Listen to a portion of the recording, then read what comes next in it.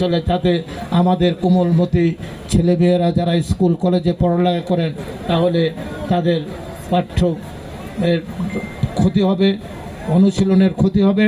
অতএব ব্যবসায়ী ভাইরা আপনারা সেদিকে নজর রাখবেন। আর একটি জিনিস হলো, আপনারা নকল দ্রব্য থেকে আপনারা বেচা থেকে বিরত থাকবেন।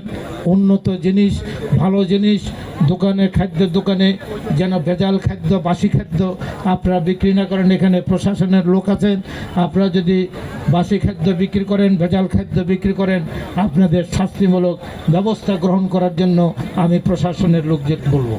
এখন কঠিন শৃঙ্খলার মধ্যে এখানে কোনো চাঁদাবাজি চলবে না।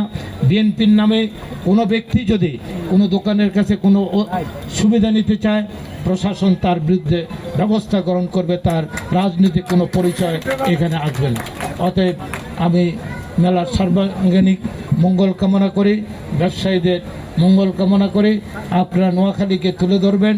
নোয়াখালী আজকে বাংলাদেশ চালাচ্ছে। আমি যে কথাটি বলতে চেয়েছিলাম, বাংলাদেশের আজকে সর্বশ্রেষ্ঠ ধনী জেলা হচ্ছে বৃহত্তর নোয়াখালী, আর বাংলাদেশের উপজেলাদের মধ্যে সবচেয়ে বড় ধনী জেলা হচ্ছে বেগমগঞ্জ, বৃহত্তর নোয়াখালী বেগমগঞ্জ। তো অতএব এই দুটি জিনিস মাথায় রেখে আমাদেরকে আল্লাহ যে সম্পদটি দিয়েছেন, আমাদেরকে যে সম্মান দিয়েছেন, আমরা যেন এটা রক্ষা করে চলতে পারি, এই বলে